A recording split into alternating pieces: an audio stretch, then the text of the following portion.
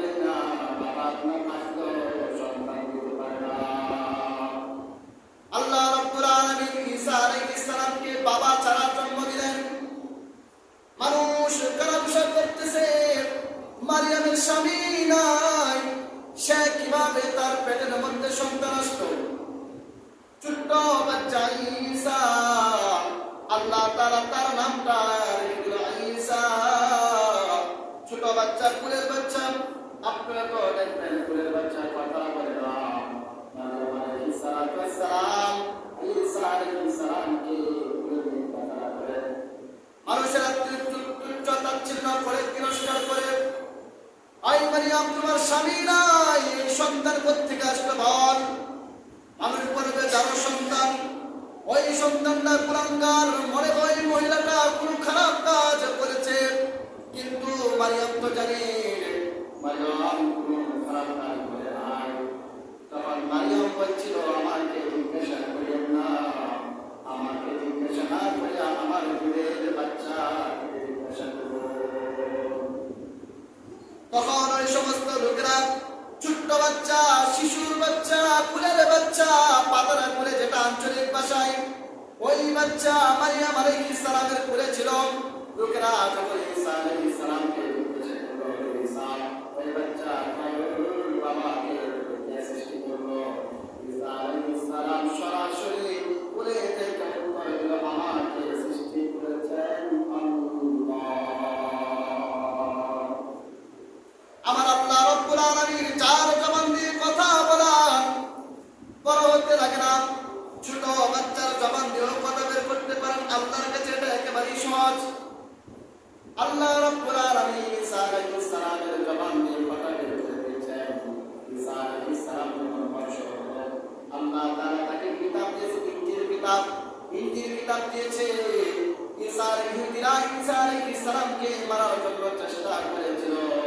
আল্লাহ রাব্বুল আলামিন ঈসা আলাইহিস সালামের প্রতিবাদে আসমানে যেন কেউ তাকে মারতে না পারে।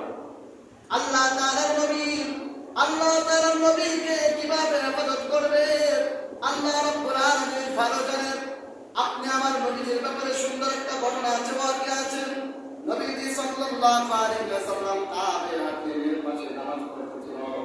আপনারা মনে করবেন এই হলো সুবর্ণ সুযোগ, মুহাম্মদ যখন সিজদায় যাবে পাথর দ্বারা উঠতে পাতার মাথার মধ্যে আঘাত করে একদম শেষ করে দেব। আবু জাহল যখন কাফেলা থেকে বের হয়ে গিয়েছেন, মুহাম্মদকে শেষ করে ফেলবে, মুহাম্মদ সাল্লাল্লাহু আলাইহি ওয়াসাল্লাম সিজদার মধ্যে গিয়েছেন। আর আপনারা জানেন মানুষ যখন নামাজ পড়ে নামাজের মধ্যে ক্ষমতা চলে না। কেউ যদি রুকুর মধ্যে যায়, পিছন দিক দিয়ে যদি কাউকে কেউ যদি আঘাত করে, সে আঘাতের প্রতিরোধ করতে পারবে না। সিজদায় গেলে মানুষ করতে পারবে না, তাকে মারার জন্য আসছে, কিসের জন্য আসছে?